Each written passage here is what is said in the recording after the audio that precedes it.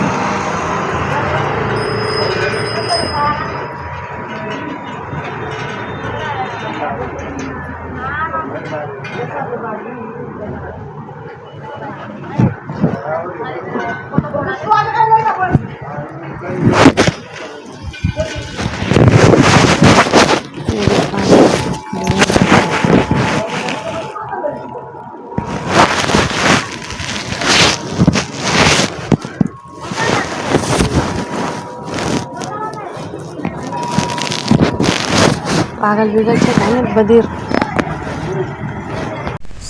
संतोष दामोदर खूपच 15 दिवस होऊन गेले। 15 दिवसापासून घाण इशारे करत होता तो, पण काल खूपच जास्त घाण इशारे केले। मग तुम्ही या बाबतीत पोलीस स्टेशन परिसरातील एका स्थानिक व्यक्तीकडून गेल्या काही दिवसांपासून वारंवार महिलांना अश्लील इशारे करून विनयभंग केला जात असल्याचा आरोप पीडित महिलांनी केला आहे। तसेच विरोध केल्यास कुटुंबियांना मारहाण केली जात असल्याचेही गंभीर आरोप करण्यात आला आहे। या सततच्या त्रासाला कंटाळून आणि न्याय मिळवण्याच्या अपेक्षेने पीडित महिला आणि त्यांचे कुटुंबीय मोठ्या संख्येने धुळे शहर पोलीस ठाण्यात तक्रार दाखल करण्यासाठी गेले। मात्र स्थानिक पोलीस प्रशासनाकडून फिर्याद नोंदवून घेण्यास टाळाटाळ केली जात असल्याचा तसेच उलट दबाव टाकला जात असल्याचा आरोपही करण्यात आला आहे। पोलिसांच्या या कथित असहकार्यामुळे संतप्त झालेल्या महिलांनी थेट धुळे पोलीस अधीक्षक विशाल आनंद यांची भेट घेतली। धुळे इथे राहते। 8-10 दिवसापासून तो माणूस एकदम गंदे इशारे करत होता, तरी म्हणत होता नको बा नको, काही अशी इशारे वगैरे करत होता, एकदम गंदे एकदम खाली लेवलचे इशारे करत होता। तर त्या दिवशी काल जास्तच संध्याकाळी 7 वाजता जास्तच गंदे इशारे करायला लागला।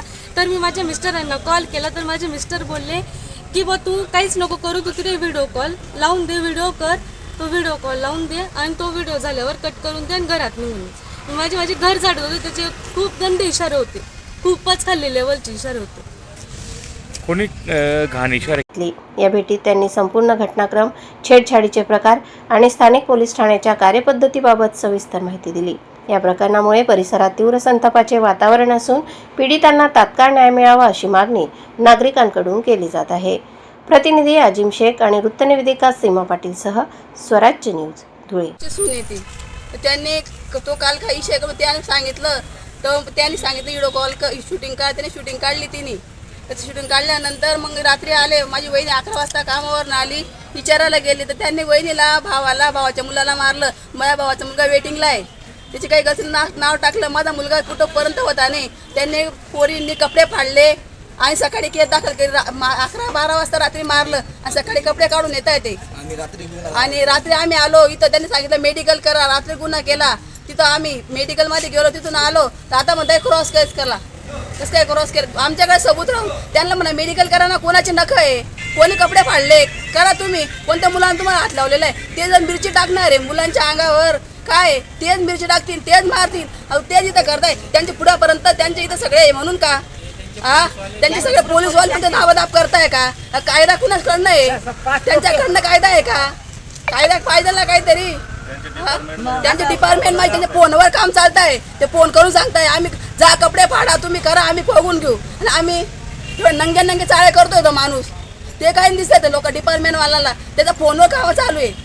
कोण घाण चाळे करते त्याचं नाव काय? तुमची मागणी काय? कोण? संतोष दामोदर। तुमची मागणी काय? आमची मागणी त्याला उचला आणि सांगा, त्याला विचारा कोण कपडे फाडायची मागणी करते, दिल्लाई बोला, दिल्लाई मेडिकल करा, आमची मागणी।